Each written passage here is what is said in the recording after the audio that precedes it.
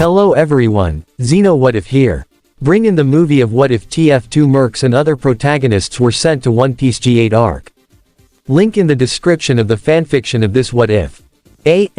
Listen here YouTube. I do not own anything and this is not a scam. G-8 Arc Chapter 1. The klaxons of Naval Fortress G-8 blared into the dawn, jolting the entire base from its slumber.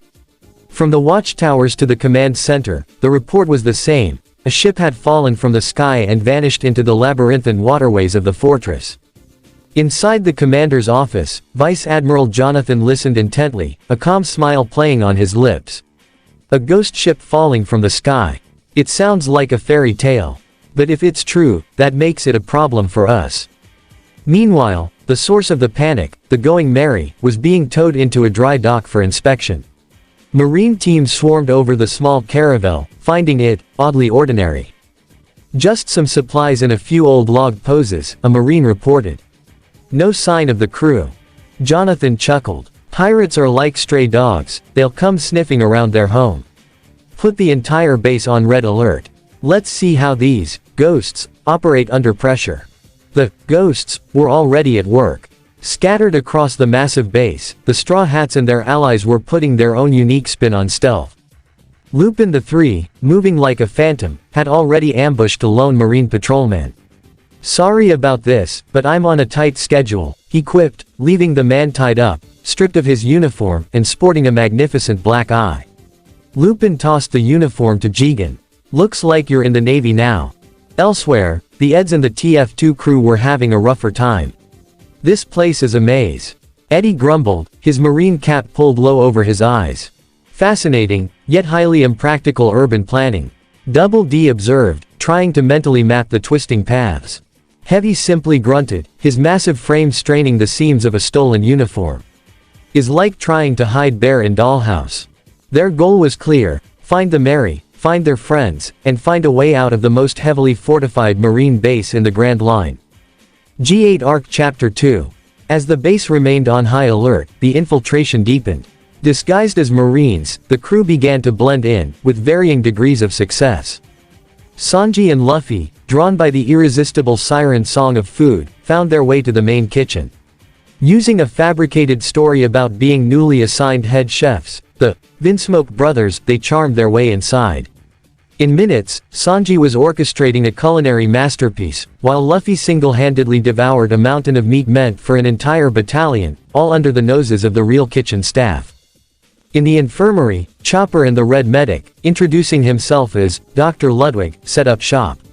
I am from Navy headquarters, here to assist, Medic announced with impeccable, if slightly sinister, authority. He and Chopper efficiently began treating a stream of real Marine patients, their cover proving perfect. The Master of Disguise, Red Spy, moved through the ranks with silent confidence, gathering intel. He learned the fortress's layout and confirmed the Merry's location at Dock 8. However, not all plans went smoothly. Zoro, with his legendary lack of direction, had wandered directly into the arms of a patrol. Now, he sat in an interrogation cell, enduring a brutal noogie from Lieutenant Commander Drake. You expect me to believe you fell from the sky? Drake sneered. It's the truth, you moron. Zoro grunted, resisting the urge to break the man's arm. The tension peaked when Vice Admiral Jonathan himself decided to inspect the dining hall, drawn by rumors of exceptional cooking. As he entered, he immediately locked eyes with Luffy, whose face was plastered on wanted posters everywhere. The game was up. Apprehend them, Jonathan ordered calmly. In the ensuing chaos, Robin used her powers to subtly paralyze several Marines, creating a diversion.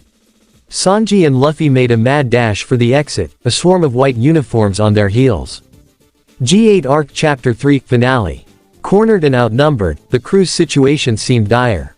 But just as the Marines closed in, Lupin, Scout, and Eddie burst onto the scene, having used the chaos to retrieve their stolen treasure. Didn't think we'd let you leave empty-handed, did ya? Scout yelled, hefting a sack of gold. Nobody takes our loot, Eddie added triumphantly. Their victory was short-lived, as more Marines flooded the area, surrounding them completely. It was then that Luffy, with a grin, reached into his pants and pulled out a large, inflatable balloon octopus, a souvenir from Skypia. The entire crew stared in stunned silence. Dude, You had that in your pants. Scout exclaimed, his face a mask of horror and disbelief. There are so many things wrong with that, Commando Gundam stated flatly. Even Heavy feels sick, the giant Russian muttered, looking pale. Sickened and blinded, Sniper agreed from a nearby perch.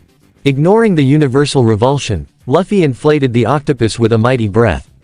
The crew piled on, and in a move that defied all logic and naval protocol, the rubber balloon octopus served as a makeshift escape vessel, carrying them over the heads of the confused Marines and down towards the water. They crashed into the sea right next to the Going Merry, which a recovered Zoro and the others had already commandeered. With the sails unfurled and the wind at their backs, the Merry shot toward the fortress's main gate.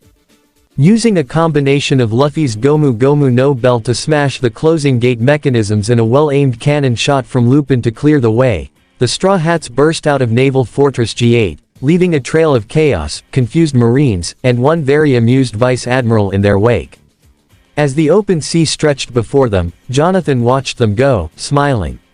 Now that was entertaining. Until next time, Straw Hats. The G-8 arc was over. They had escaped with their ship, their gold, and their dignity mostly intact, ready for the next adventure. And this is the movie of this What If. I hope you guys like it. Do not forget to leave a comment down below and subscribe to the channel.